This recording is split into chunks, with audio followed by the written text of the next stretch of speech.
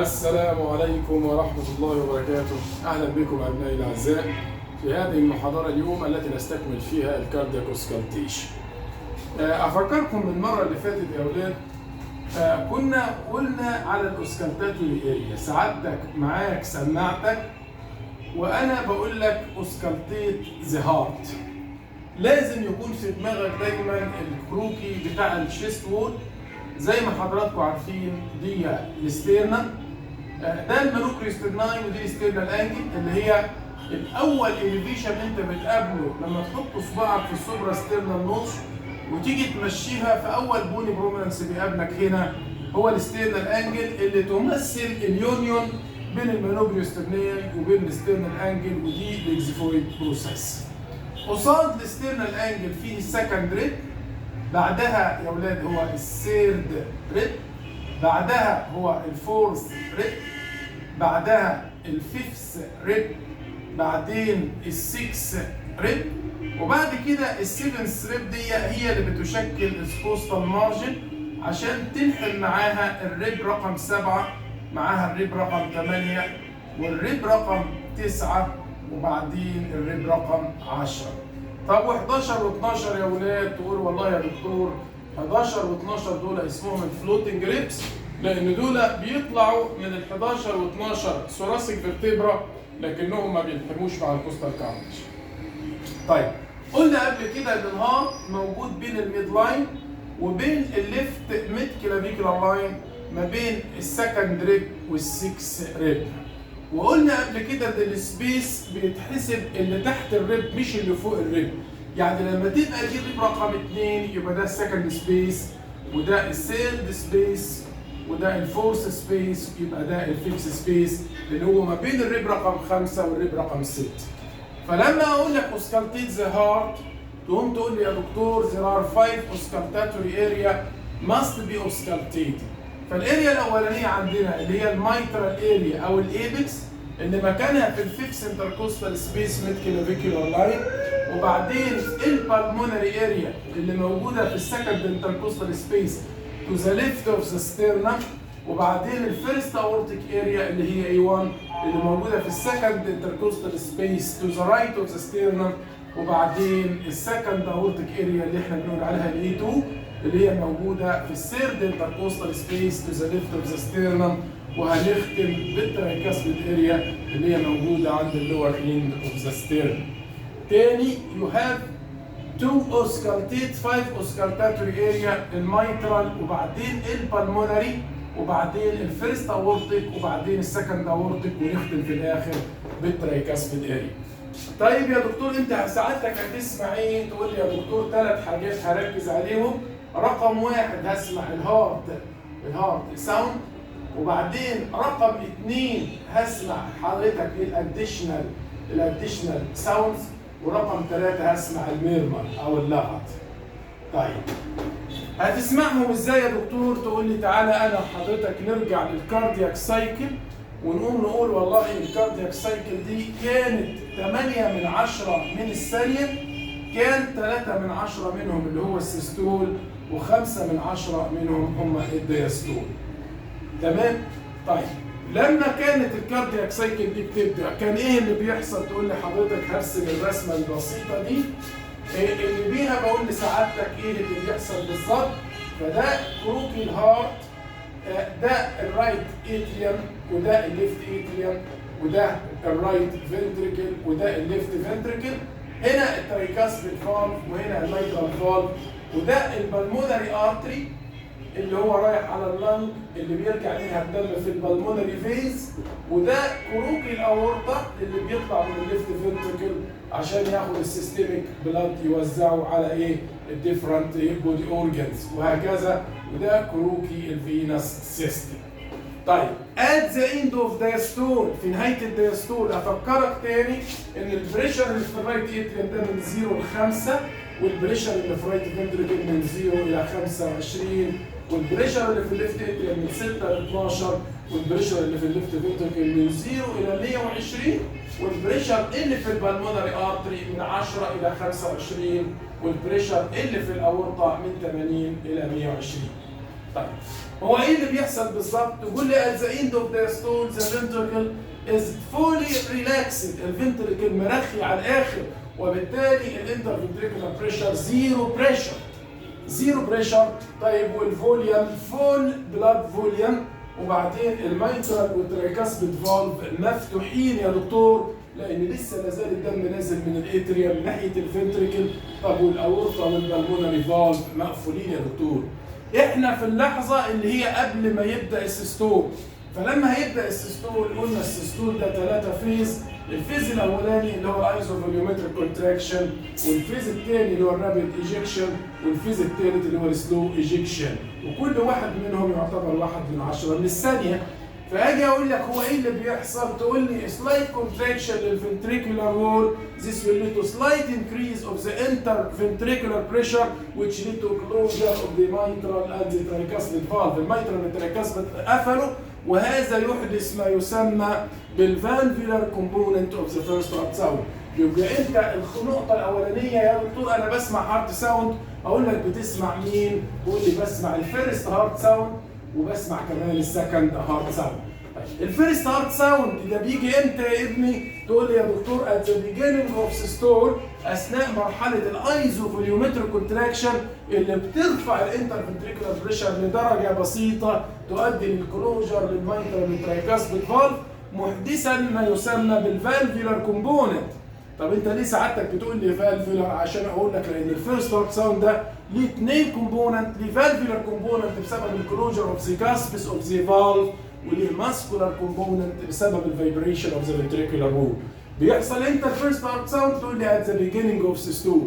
طب انا هتعرف عليه ازاي؟ تقول لي يا دكتور انا هحط سماعتي على الميترال اريا وهبتدي اعمل تايمنج، اما اعمل تايمنج مع الكاروتيد او مع الايبكس، فالصوت اللي يجي مع طلعه البلس ده اقول عليه الفيرست هارت ساوند.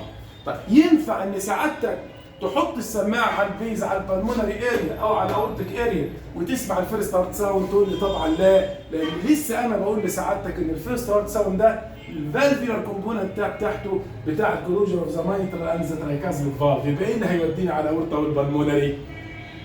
اقول لك حتى لو سمعوا، تقول لي انا لو سمعوا هتجاهل، لان انا تفكيري او صلب تفكيري في الفيرست هارت ساوند ان انا احط سماعتي على الميترال اريا او على الترايكاسبيد اريا على اساس ان الفيرست هارت ساوند بسبب الكلوجر اوف ذا مايترال اند ذا ترايكاسبيد فالف ليفلتس. فلما يقفل الميترال والترايكاسبيد فالف يقوم يحصل سترونج كونتراكشن للفنتريكولار وول يؤدي الى فتح الاورطه والبلمونري فالف، فيحصل ان تلتين الدم اللي في الفنتركل يتصب ناحيه الجريت ارتريز فيما يسمى بالرابيد ايجكشن، والتلت الاخير يتصب في السلو ايجكشن. على نهايه الايجكشن يكون كل الدم طلع في الاورطه والبلمونري ارتري، فيفكر الدم يرجع تاني ناحيه الفنتركل، يقوم واخد في وشه الاورطه والبلمونري فالف يقفلهم، ودي تبقى نهايه السيستول. يبقى لما اجي اقول لك انت هتسمع ايه بسماعتك؟ تقول لي يا دكتور هسمع الفيرست هارت ساوند وهسمع السكند هارت ساوند. بتسمعهم فين؟ تقول لي الفيرست هارت ساوند بسمعه على الايبكس او على الترايكاسبيد اريا، والسكند هارت ساوند بسمعه على البلمونري او الاورتيك اريا. طب الفيرست هارت ساوند بيتكون من ايه؟ تقول لي يا دكتور هو بيتكون من فالفولار كومبوننت وماسكولار كومبوننت. الفالفولار كومبوننت بتاعت الكلوجر اوف ذا مايترال اند ذا ترايكاسبيد فالف ليفلتس، والماسكولار كومبوننت بتاع الفايبريشن اوف ذا فنتريكولار وول during ventricular contraction.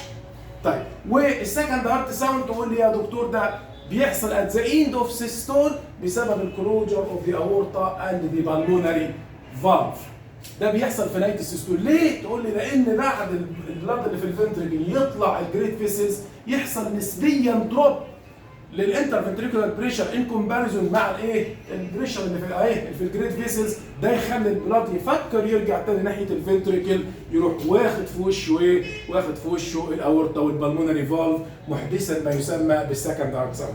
خد بالك انا لما كلمتك عن الفيرست هارت ساوند اللي بيحدثه الميترال والترايكاسبيد قلت لك ليه فالفولار كومبوننت وكمان ليه ماسكولار كومبوننت. الماسكولار كومبوننت ليه؟ تقول لي الفايبريشن اوف ذا فنتريكولار وول during ventricular systole او ventricular contraction. ولما اتكلمت على السكند هارت ساوند قلت لي فالفولار كومبوننت بس. ليه؟ لان هو بيكفل بالكلوجر اوف ذا اورتا اند البلمونري فالف. ولما كان الفيرست هارت ساوند ليه خاصيتين انه ليه ماسكولار كومبوننت وفالفولار كومبوننت، لازم السكند هارت ساوند يكون ليه برضه تو كاركتر. الكاركتر الاولانيه انه يقفل بسبب بيحصل بسبب الكلوجر اوف ذا اورتا اند البلمونري فالف، والخاصيه الثانيه انه ليه ما يسمى بالسبليتنج.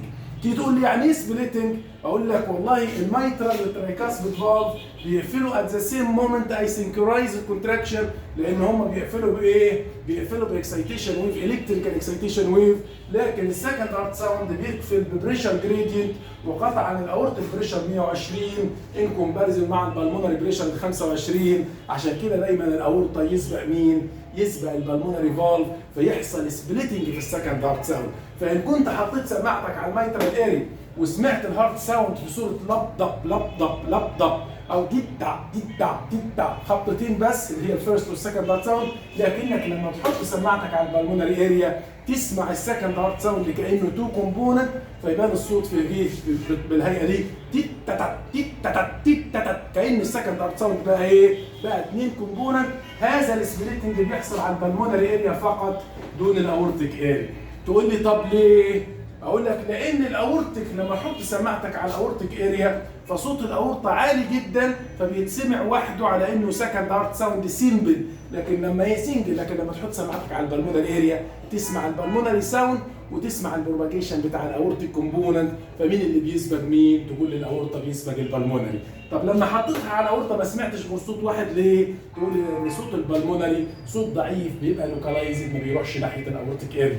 نفس الكلام انا لما بحط سماعتي على الميترال وعلى الترايكاسبيد اريا، لما بحطها على الميترال بسمع الميترال فالف كومبوننت وحديه، لكن لو حطيتها على الترايكاسبيد بسمع الترايكاسبيد والبروباجيشن بتاع الميترال فالف. يبقى اول حاجه سمعنا الهارت ساوند، سمعنا الفيرست والسكند هارت ساوند.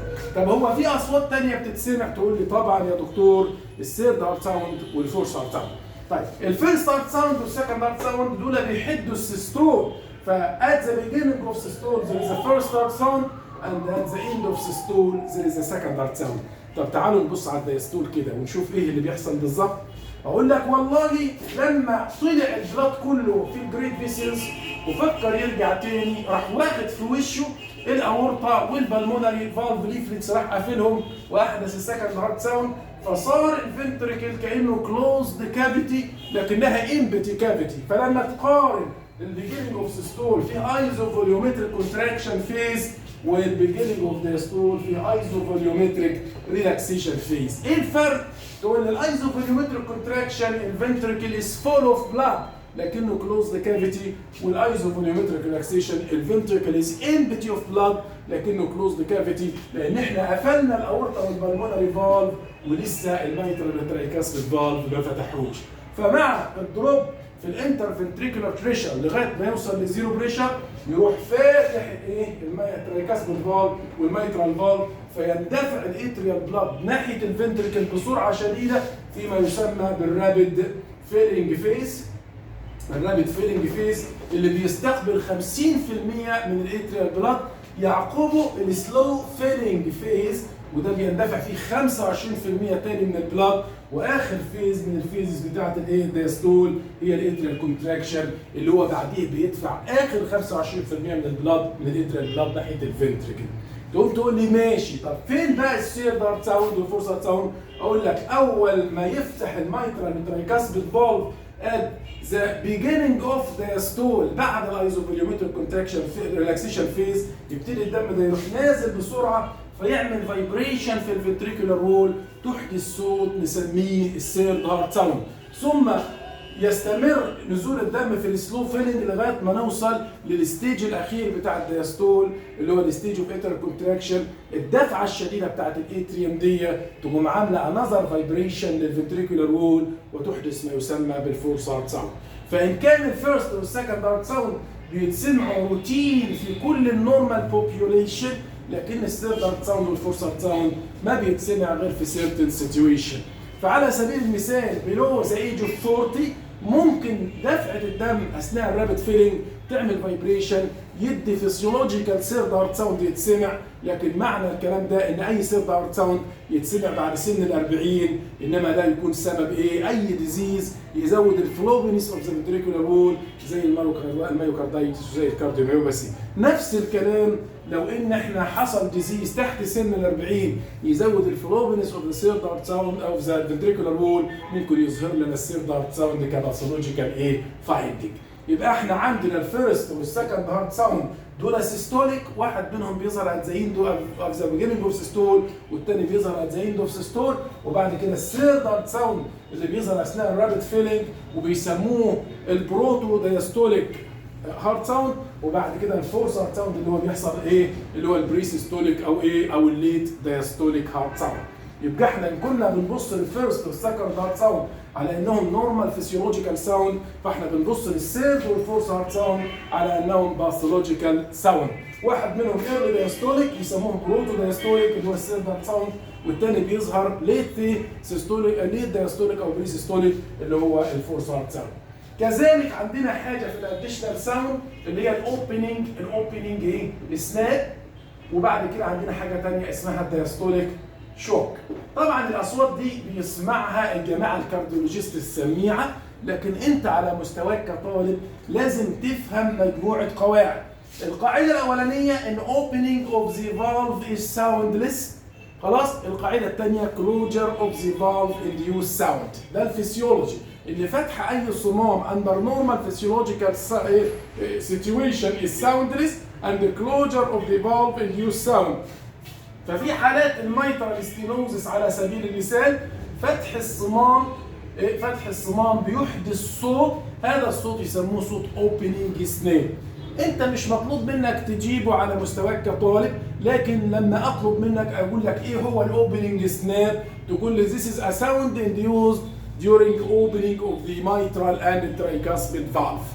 يبقى ده بيحصل ايه؟ بسبب الاستينوزس يجي يفتح الفالف الاستينوتيك ده فيحدث صوت يسموه الاوبننج سناب، يسموه مايترال اوبننج سناب او ترايكاسبيد اوبننج سناب. كذلك السيميلولار فالف اللي هو الاورتيك فالف والبلمونري فالف لما يبقوا ستينوتيك يقوم الفتحه بتاعتهم تحدث صوت يسموه الدايستوليك شوك. يبقى في اوبننج ايه؟ اوبننج سناب بسبب الاوبننج اوف ذا مايترال اند ذا ترايكاسبيد فالف ليفلتس، وفي دايستوليك شوك بتحصل بسبب الاوبننج اوف ذا اورتا اند البلمونري فالف. يبقى دي الاديشنال ساوند. ماذا عن الميرمر اللي هي بيسموها اللغط؟ زي ما اتكلمنا قبل كده ان الميرمر ده عباره عن sound induced by the vibration of the blood during its passage either in a narrow or in abnormal pathway. وافكرها لحضراتكم لو انا عندي خرطوم ميه راكب في حنفيه والخرطوم ده معدي من قدامي، طول ما الخرطوم ده سالك والفتحه بتاعته مظبوطه تلاقي الميه معديه من الخرطوم من غير ما ايه؟ من غير ما اسمع صوتها. فلو انا عايز اسمع صوت الميه اما ان انا اجي اعمل فتحه جانبيه في الخرطوم فتطلع منه الميه تعمل صوت وش كده يا اما ان انا جاي اجي في فوهه الخرطوم واحط حاجه زي الايه؟ زي الصمام او زي السداده كده ومن الميه تطلع من فوهه الخرطوم بايه؟ بصوت. يبقى اذا انت تحط في اعتبارك ان مرور الدم في المسار الطبيعي لا يحدث تيربلنس او لا يحدث خلخله، لكن مروره في نارو باسوي او في ابنورمال باسوي هذا يحدث خلخله. عشان كده احنا قسمنا الاصوات او الميرمرز دي الى انواع على حسب ايه وقت حدوثها. فالميرمر اللي هيحصل اثناء السيستول يسموه سيستوليك ميرمر، والميرمر اللي هيحصل اثناء الدياستول هيسموه دياستوليك ميرمر. يبقى اذا هناك ميرمر بتحصل في السيستول، وهناك ميرمر تحصل في الدياستول، وهناك ميرمر يحصل طول الكاردياك سايكل اثناء السيستول واثناء الدياستول سميناه ماشينري ميرمر. واتفقنا ان السيستول ده 3 فيز، وقلنا الفيز الاولاني ده اللي هو الايزو فوليومتريك كونتراكشن، والفيز الثاني ده اللي هو الرابيد ايجكشن، والفيز الثالث ده اللي هو السلو ايجكشن. فقلنا لو ان الميرمر اخذ ال3 فيز بتاع السيستول سميناه بان سيستوليك، ولو اخذ ال2 فيز بتوع الايجكشن بس سميناه ايجكشن سيستوليك، ولو خد الفيز الاخير ده بس سميناه ليت سيستوليك. يبقى انا مطلوب منك انت دلوقتي لما اجي اسالك ايه هو الميرمر تقول لي this is a sound induced by turbulence of blood flow either through a narrow pathway or through abnormal pathway. خلاص، هذا الساوند لو انا سمعته بالسماعه يبقى ميرمر، ولو انا حسيته بايدي نسميه ثريل. خلاص، هذا الميرمر يقسم على حسب التايمنج، اما ان هو بيحصل في السيستول فنسميه سيستوليك ميرمر، واما انه بيحصل في الدياستول فنسميه دياستوليك ميرمر، واما انه يحصل اول اوفر دي كاردياك سايكل اثناء السيستول والدياستول، عشان كده سميناه ماشينري او كونتينيوس ميرمر. داخل السيستول نفسه اما ان الميرمر مال السيستول بالكامل عشان كده سميناه بان سيستوليك، واما ان الميرمر ده شاغل مرحله الايجكشن بس، يعني واخد 2 من 10 من الثانيه بس، يبقى ده اسمه ايجكشن سيستوليك، يا اما واخد الفيز الاخير بس من السيستول اللي هو 1 من 10 من الثانيه بس، سميناه ليت سيستوليك ميرمر. طيب، وضربنا مثال يا جماعه بايه الميرمر اللي هو البان سيستوليك ده، مين اللي بيحدثه؟ تقول لي يا دكتور 3 حاجات تعمل بان سيستوليك ميرمر، يا اما الميترال ريجيرج، يا اما الترايكاسبيد ريجيرج، يا اما الفنتريكولار سيبتال ديفكت. تمام يا اولاد؟ يعني ساعه ما اقول لك اسباب البان سيستوليك ميرمر تقول لي يا دكتور الميترال ريجيرج والترايكاسبيد ريجيرج والفي اس دي. امثل لك الكلام ده بيحصل ازاي؟ قول لي حاضر. تعالى انا هنا اجي في الميترال فالف ده واعمل ريجيرج واشوف ايه اللي هيحصل بالظبط. نرجع للكاردياك سايكل تاني، نقول at the end of the stall the ventricle is fully relaxed والبريشر is زيرو بريشر، والميترال فالف والترايكاسبيد فالف المفروض ان هم مفتوحين، والاورطه والبلمونري فالف المفروض ان هم مقفولين. الفالف اللي فيه ريجيرج يظهر لما يبقى مفتوح ولا مقفول؟ تقول لي طبعا يا دكتور هيظهر لما نقفل. فنيجي نبدا السيستول بالايزوفوليومتريك كونتراكشن فيز اللي المفروض يرفع الانترفنتريكولار بريشر عشان يروح قافل الميترال فالف ومقافل الترايكاسبيد فالف، لكن هنا في حاله الريجيرج هنلاقي الميترال فالف ما قفلش كويس وبدا البلاد يرجع ناحيه مين؟ ناحيه الليفت اتريوم. هذا الباك فلو اوف بلاد من الليفت فنتريكل للليفت اتريوم اللي هو بدا اثناء الايزوفوليومتريك كونتراكشن فيز يستمر في الباك فلو سواء اثناء الرابيد ايجكشن او السلو ايجكشن. يبقى اذا الميترال فالف ده صار بيعدي الدم في ابنورمال باسواي اثناء الثلاثه فيز بتوع الكاردياك سايكل، عشان كده يحدث صوت يسموه بان سيستوليك ميرمر نتيجه الميترال ريجيرج. هذا الصوت بما ان هو ملا السيستول بالكامل فبيخفي معاه صوت الفيرست والسكند هارت ساوند، فيبان بالسماعه بتاعتك على انه كده من غير ما يظهر معاه ولا فيرست ولا سكند هارت ساوند. اقول لك انت سامعه فين يا دكتور؟ تقول لي بما ان هو الميرمر بتاع الميترال يبقى قطعا هسمعه على الميترال اريا ويبقى ليه سيلكتيف بروباجيشن ناحيه الاكزيل. طب لو كان ده بتاع الترايكاسبيد ريجيرج يبقى هسمعه على الترايكاسبيد ايه اريا وهيبقى لوكالايزد. طب ليه يا دكتور ما بتسمعوش على البلمونري ولا على الاورتيك؟ اقول لك البلمونري بتسمع عليها البلمونري فالف والاورطه بتسمع عليها الاورتيك ايه؟ فالف. يبقى اي واحد يحط لي سماعته على البلمونري ولا الاورتيك اري ويقول لي انا سامع بان سيستوليك ميرمر، بعرف على طول ان هو ما حضرش اي محاضره ولا اي راوند كلينيكي وان هو حافظ وخلاص. يا اولاد افهموا كويس، انا بقول لحضراتكم عندنا 5 اوسكالتاتوري اريا، عندنا مايترال اريا وعندنا بالمونر اريا وفيرست اورتيك اريا وسكند اورتيك اريا وترايكاسبيد اريا، وعندنا ميرمر مال السيستول بالكامل سميناه بان سيستوليك ميرمر بيعملوا 3 حاجات، بيعملوا المايترال ريجيرج والترايكاسبيد ريجيرج والفنتريكولار سيبتال ديفكت. لما حطيت سماعتك على المايترال وسمعت البان سيستوليك قلت لي ده مايترال ريجيرج. طب نفس المشكله لو انا عملت ترايكاسبيد فالف ريجيرج، تقوم تقول لي يا دكتور اثناء الايزوفوليومتريك كونتراكشن اللي المفروض يقفل الميترال والترايكاسبيد فالف، الترايكاسبيد فالف ما بيقفلش كويس، عشان كده الدم بيبتدي يرجع في ابنورمال باسواي ناحيه الرايت اتريال، يستمر الباك فلو ده اثناء الرابيد ايجكشن والسلو ايجكشن، عشان كده الميرمر ده بيبقى كونتينيوس اثناء الايه؟ السيستول بالكامل، فعشان كده بنسميه بان سيستوليك. طب والفي اس دي ايه اللي بيخليه يعمل بان سيستوليك ميرمر؟ ليه ما بيعملش كونتينيوس ميرمر او ماشينري ميرمر؟ اقول لك لاحظ ان اثناء الدايستول الاند دايستوليك بريشر في الرايت والليفت فنتريكل زيرو، عشان كده مفيش فلو للبلاد من الليفت فنتريكل ناحيه الرايت فنتريكل اثناء الدياستول. اول ما يبدا السيستول يبتدي السلايد كونتراكشن اوف ذا فنتريكولار وول اثناء الايزوفوليومتريك كونتراكشن، ده بيرفع الرايت فنتريكولار بريشر مجازا مثلا 10، فبيرفع الليفت فنتريكولار بريشر مثلا 30. تيجي تقول لي ليه؟ اقول لك لان الليفت فنتريكولار سيكنس 3 تايم مور ذان ذا رايت فنتريكولار سيكنس، عشان كده اقل كونتراكشن في الليفت فنتريكل يرفع البريشر 3 تايم ذان الكونتراكشن في الرايت فنتريكولار بريشر. عشان كده يبدا الفلو اوف بلاد من الليفت فنتريكل ناحيه الرايت فنتريكل اثناء الايزوفوليومتريك كونتراكشن يستمر اثناء الرابيد ايجكشن والسلو ايجكشن. افتكروا تاني انا بقول لك الميرمر هو صوت التيربلنس اوف بلاد فلو due to passage of blood either in a narrow pathway or in abnormal pathway. يبقى في الثلاث حالات اللي احنا ذكرناهم الميترال ريجيرج والترايكاسبيد ريجيرج والفي اس 3 الدم بيعدي في نارو باسوي ولا في ابنورمال باسوي؟ تقول لي في ابنورمال باسوي يا دكتور، لان في الترايكاسبيد ريجيرج بيرجع ناحيه الرايت اتريوم، وفي الميترال ريجيرج بيرجع ناحيه الليفت اتريوم، وفي الفي اس 3 البلاد بيعدي بين الليفت فنتريكل ناحيه الرايت فنتريكل. طيب دي المجموعه الاولانيه. طب المجموعه الثانيه اللي هي بنقول عليها الايجكشن سيستوليك، ايه اللي بيحصل بالظبط؟ تقول لي يا دكتور في الايجكشن سيستوليك احنا بنيجي على السيميليونر فالف ونعمل نوع من الناروينج، يعني ايه؟ يعني هاجي مثلا ايه اعمل اورتيك ستينوزس، هعمل ناروينج في الاورتيك فالف، ومن معلوم ان الاستينوزس بيبان اثناء الاوبننج اوف ذا فالف ولا اثناء الكلوجر اوف ذا فالف؟ تقول لي طبعا اثناء الايه؟ الاوبننج.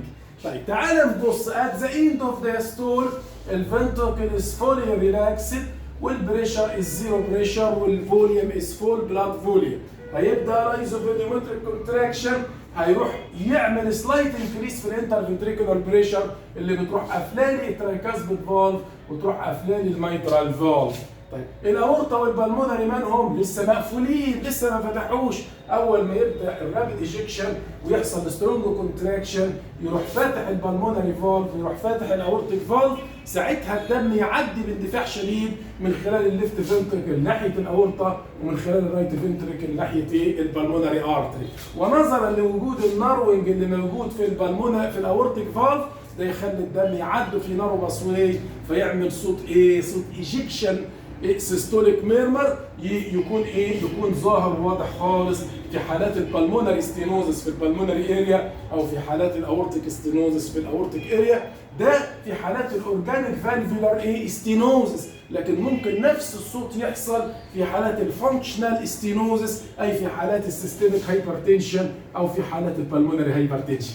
كلمه جديده عليك، تقول لي يعني ايه اورجانيك ويعني ايه فانكشنال؟ اقول لك الاورجانيك يعني الفالف فيه فايبروزس، فيه كالسيفيكيشن، فيه ناروينج.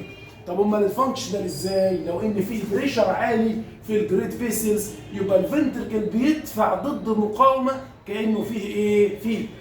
فيه فانكشنال فالفولار ستينوزس. يعني انت تصور لو ان الاورتيك بريشر ده من 80 الى 120 بمتوسط 100، فالليفت فنتركل بيدفع ضد بريشر 100. تصور لو ان الليفت بريشر ده بيدفع ضد بريشر 180 او ضد بريشر 200 وهكذا. يبقى كأن الضغط العالي اللي جوه الاورطه عمل كانه ممانعه او ايه؟ او فانكشنال ستينوزس قدام الليفت فنتركل، فيظهر صوت يسموه مين؟ يسموه ايجكشن سيستوليك ميرمر. نفس الكلام قدام الرايت فنتركل بالنسبه للبلمونري هايبرتنشن. تصور ان البلمونري بريشر من 10 الى 25 بمتوسط مثلا 12 ونص، لما يجي ايه البلمونري بريشر ده يرفع يبقى 40 او 50 او 60 وهكذا، كأن الرايت فنتركل بيدفع الدم مرورا بالبلمونري فالف كأنه قدامه ممانعه تدي صوره شبيهه بالايه؟ بالفانكشنال بالمونري ستينوزس. يجي السؤال الان، تقول لي يعني معنى كده انا لو حطيت سماعتي على الاورطه هيظهر ايجكشن سيستوليك في حالات الايه؟ الاورتيك ستينوزس وحالات السيستميك هايبرتنشن نفس الميرمر؟ اقول لك تقول لي طب انا هفرقهم من بعض ازاي؟ اقول لك فرقهم بالانتنستي بتاع السكند هارت ساوند. فمن المعلوم ان الاورطه بيقفل بالاورتيك بريشر وان البلمونري فالف بيقفل بالبلمونري بريشر، فكل ما رفعنا البريشر اللي قدام الفالف كل ما صوت السكند هارت ساوند طلع اعلى. فلما يكون في اورجانيك اورتيك ستينوزس يبقى الاورتيك بريشر ده واطي، يعني تلاقي الاورتيك بريشر في حالات الاورتيك ستينوزس تلاقيه 100 على 60، لكن في حالات السيستميك هايبرتنشن ممكن تلاقيه 180 على 100 مثلا. معنى كده ان السكند هارت ساوند في حالات الاورتيك ستينوزس بيبقى مافل، لكن في حالات السيستميك هايبرتنشن بيبقى اكسنتويتد. طب انا اسمعه ازاي؟ تقول اسمع الصوت فوتك فوتك فوتك فوتك. طب هي صوت السكند هارت ساوند مفصول ليه؟ لان طول الميرمر نفسه بقى 2/10 من الثانيه بس، على خلاف الميرمر بتاع البانسيستوليك اللي كان واخد 3/10 بالكامل. يعني الميترال ريجيج يعمل صوت فو فو فو فو فو فو فو، لكن الاورتيك ستينوزس يعمل صوت فوتك فوتك فوتك. كأن احنا 1/10 من الثانيه دول فصلوا السكند هارت ساوند عن صوت الميرمر، فبان صوت الميرمر كانه شورت شويه. طب السكند هارت ساوند ده يفصل لي البلمونر ستينوزس عن السيستميك هايبرتنشن؟ تقول لي طبعا لو لقيته اكسنتويتد يبقى ده سيستميك هايبرتنشن، ولو لقيته مافلد يبقى ده اورتيك ستينوزس. نفس الوضع لو سمعت عن البلمونر اريا، السكند هارت ساوند ان كان اكسنتويتد يقول ده بلمونر هايبرتنشن، وان كان مافلد يقول لي ده بلمونر ستينوزس.